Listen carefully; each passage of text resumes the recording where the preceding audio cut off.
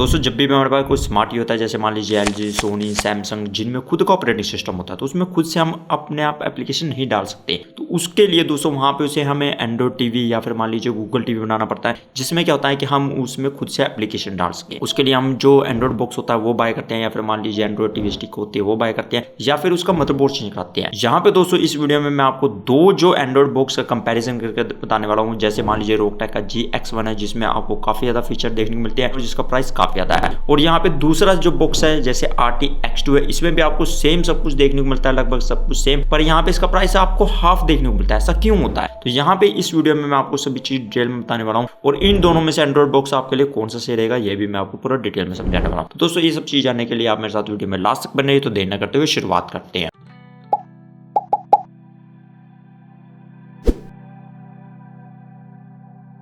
यहाँ पे तो सबसे पहले हम बात करते हैं कि यहाँ पे जो रोकटेक GX1 है, या फिर मान लीजिए आपको SL बाओ या फिर मान लीजिए वोल्टार का RTX2 देखने मिलता है, या फिर कोई सी और कंपनी का नाम भी हो सकता है, पर मॉडल नंबर आपको RTX2 देखने मिलेगा। सबसे पहले हम दोनों की बात करते हैं कि यहाँ पे दोनों में आपको CPU क्या देखने मिलता है। दोनों में दोस्तों आपको जो CPU है इनका सेंट्रल प्रोसेसिंग यूनिट वो सेम देखने मिलता है। यहाँ पे आपको रियलटेक का जो 1325 होता है RTD 1325, यहाँ पे आपको इसके अंदर CPU देखने मिलता है। यहाँ पे इसके अंदर आपको जो क्वाड कोर का जो प्रोसेसर देखने मिलता है 1700 मेगाहर्ट्ज वाला देखने को मिलता है, और यहाँ पे कोटेक्स A55 आपको जिसके अंदर CPU देखने मिलता है। यहाँ पे आपको दोनों के अंदर जो CPU सेम देखने मिलता है, दोनों के अंदर आपको जो ग्राफिक प्रोसेसिंग होता है वो भी सेम देखने को मिलता है। और यहाँ पे दोस्तों इसके साथ यहाँ पे इसमें जो आपको फीचर देखने को मिलते हैं यहाँ पे सेम देखने को मिलते हैं। जैसे मान लीजिए AIPQ जिसका मतलब होता है आर्टिफिशियल इंटेलिजेंस पिक्चर क्वालिटी, या फिर AISR जिसका मतलब होता है आर्टिफिशियल इंटेलिजेंस सुपर रेजोल्यूशन, यहाँ पे आपको सेम फीचर देखने मिलते हैं। या फिर आपको वहाँ पे कि इसके अंदर जो QMS क्विक मीडिया स्विच या फिर वेरिएबल रिफ्रेश रेट, आपको सभी कुछ इसमें लगभग सब कुछ सेम देखने को मिलता है। मतलब CPU और GPU यहाँ पे आपको सेम दोनों में देखने को मिलता है। उसके बाद दोस्तों हम बात करते हैं कि यहाँ पे इसके अंदर आपको रैम में दोस्तों मैं आपको बताना चाहता हूँ कि GX1 जो मॉडल है इसके अंदर आपको जो 4GB रैम देखने को मिलती है, और वो DDR4 देखने को मिलती है।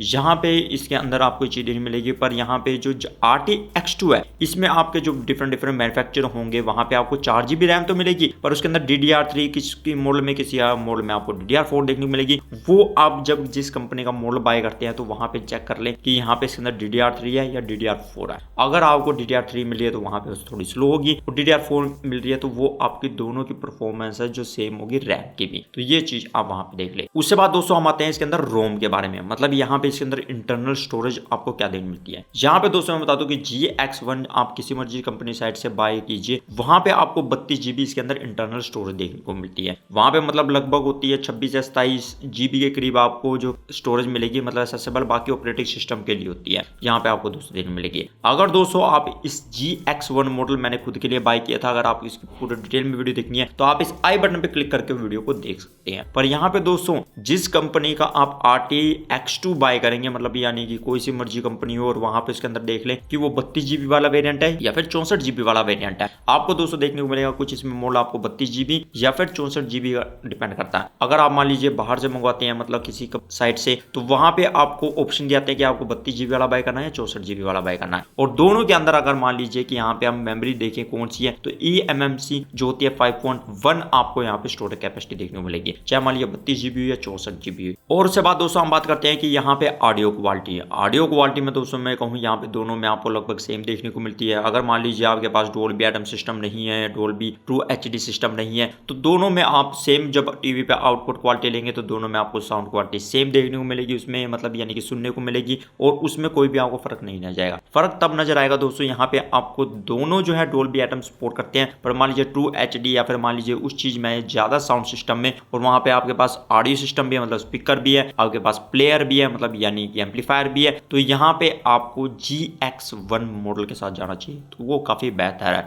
अब दोस्तों ये तो बात होगी कि यहाँ पे इसमें आपको जो CPU, GPU और रैम स्टोरेज क्या क्या देखने को मिलती है। अब हम दोस्तों बाकी जो मेन चीज के बारे में आते हैं, यहाँ पे कनेक्टिविटी पोर्ट आपको क्या देखने मिलते हैं। सबसे पहले नंबर पर आते हैं कि हम वाईफाई के बारे में। यहाँ पे दोस्तों आपको वाईफाई देखने को मिलेगा कि हमारे जो GX1 मॉडल में आपको वाईफाई 6 देखने को मिलता है। अगर मान लीजिए आपके वहाँ पे हाई स्पीड वाला कनेक्शन है और आप 4K में कोई चीज देखना चाहते हैं, तो यहाँ पे आपको GX1 मॉडल के साथ जाना चाहिए, क्योंकि यहाँ पे आपको बोया स्पीड देखने को मिलती है। और अगर दोस्तों यहाँ पे लेंगे कि हमारा जो RTX2 होता है, इसके अंदर अगर अगर वाईफाई लेंगे तो यहाँ पे दोस्तों आपको वाईफाई 5 देखने को मिलता है। किसी किसी मॉडल में होता है कि आपको वाईफाई 6 देखने को मिले, वो डिपेंड करता है कि आपका वहाँ पे मैन्युफैक्चर कौन सी कंपनी का है। आपको दोस्तों ये देखने को मिलेगा कि वहाँ पे वाईफाई 5 भी मिलता है, 6 भी मिलता है। ज्यादातर आपको वाईफाई 5 देखने को मिलेगा। यहाँ पे इसमें स्पीड में इतना डिफरेंस नहीं है। अगर मान लीजिए कि वहाँ पे आपका हाई स्पीड कनेक्शन नहीं है, आप नॉर्मल कनेक्शन चलाते हैं और वहाँ पे फिर आपको जो है यहाँ पे और आपका टीवी ज्यादा बड़ा नहीं है, तो आपको RTX 2 के साथ जाना चाहिए, क्योंकि प्राइस में काफी कम है और इसमें आपको फीचर ज्यादा मिलते हैं। वाईफाई स्पीड ये नहीं है कि अच्छी नहीं देता, अच्छी देता है, क्योंकि यहाँ पे 2 एंटीना के साथ दोनों के दोनों आते हैं, तो इसमें आपको इतना फर्क इतना नहीं देखने को मिलेगा। अगर मान लीजिए आपकी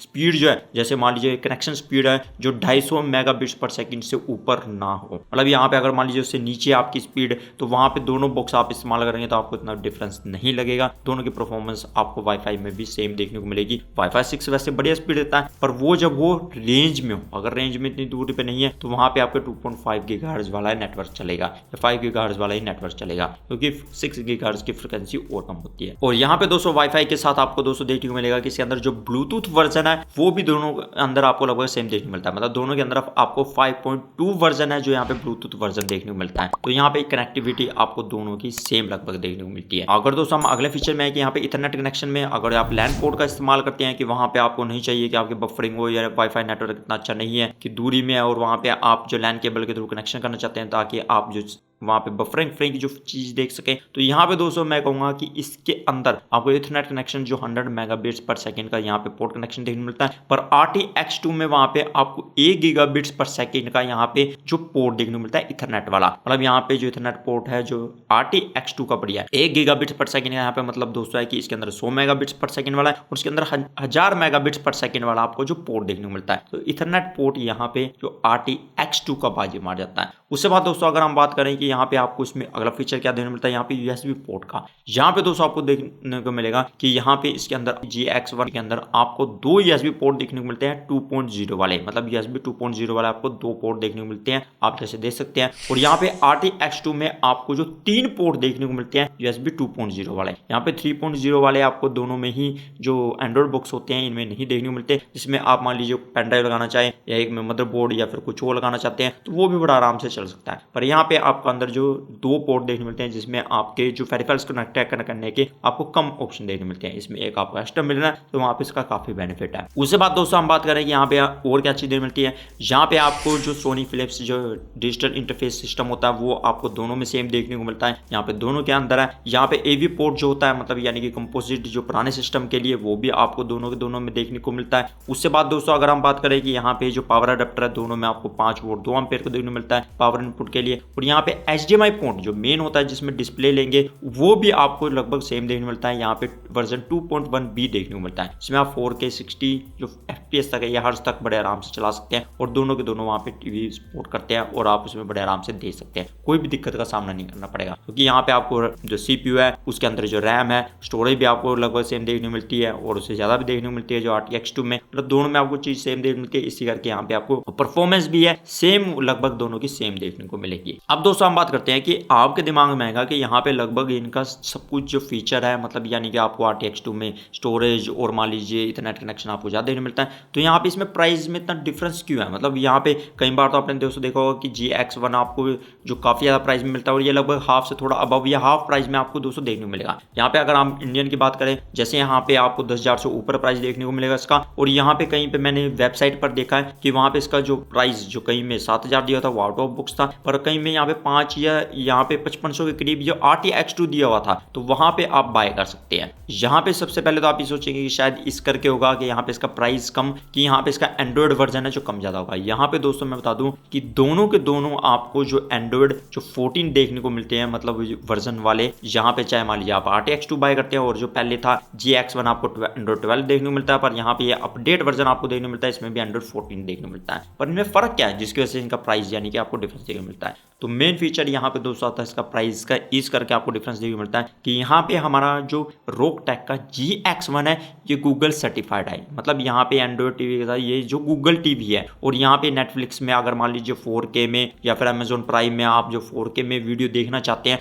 और उसमें आप बड़े आराम से दे सकते हैं। पर यहाँ पे दोस्तों RTX2 जो हमारा गूगल सर्टिफाइड नहीं है, ये जो गूगल सर्टिफाइड नहीं है, इसी करके यहाँ पे इसका प्राइस आपको कम देने मिलता है। आप मान लीजिए यूट्यूब पे बाकी थर्ड पार्टी पे कोई भी चीज़ देना चाहते हैं, लाइट भी देना चाहते हैं तो दे सकते हैं, मतलब HD में भी। पर यहाँ पे दोस्तों अगर मान लीजिए नेटफ्लिक्स या फिर अमेजोन प्राइम या फिर मान लीजिए कोई आप चीज़ देखना चाहते हैं तो वहाँ पे ये गूगल सर्टिफाइड नहीं है, जिस करके आप यहाँ पे जो 720 पिक्सल में भी या 1080 पिक्सल में या 4K में नहीं दे सकते। आपके वहाँ पे लिमिटेड यानी कि 5070 या मान लीजिए 420 पिक्सल तक आपके यहाँ पे लिमिटेड हो जाएगी बैंडविड्थ, जिसमें आप इतनी रेजोल्यूशन में ही दे सकते हैं। मतलब यहाँ पे अगर आप मान लीजिए आप इसमें नेटफ्लिक्स और बाकी चीज़ अगर नहीं चलाना चाहते तो वहाँ पे आप RTX2 के साथ जा सकते हैं। अगर आप नेटफ्लिक्स, अमेजोन प्राइम, बाकी सब चीज़ भी 4K में देना चाहते हैं तो आप GX1 के साथ जाना चाहते हैं। पर यहाँ पे दोस्तों आप एक स्मार्ट ट्री का कीजिए। वहाँ पे दोस्तों आप स्मार्ट ट्री का इसलिए क्योंकि यहाँ पे मान लीजिए कि पहले जो आपका जो टीवी है वो पहले ही स्मार्ट है और उसके अंदर अगर आप नेटफ्लिक्स चलता है उसमें आप 4K में देखिए, क्योंकि वहाँ पे उसे अपडेट की वर्जन की जरूरत नहीं है क्योंकि इसके अंदर एप्लीकेशन पहले से ही है।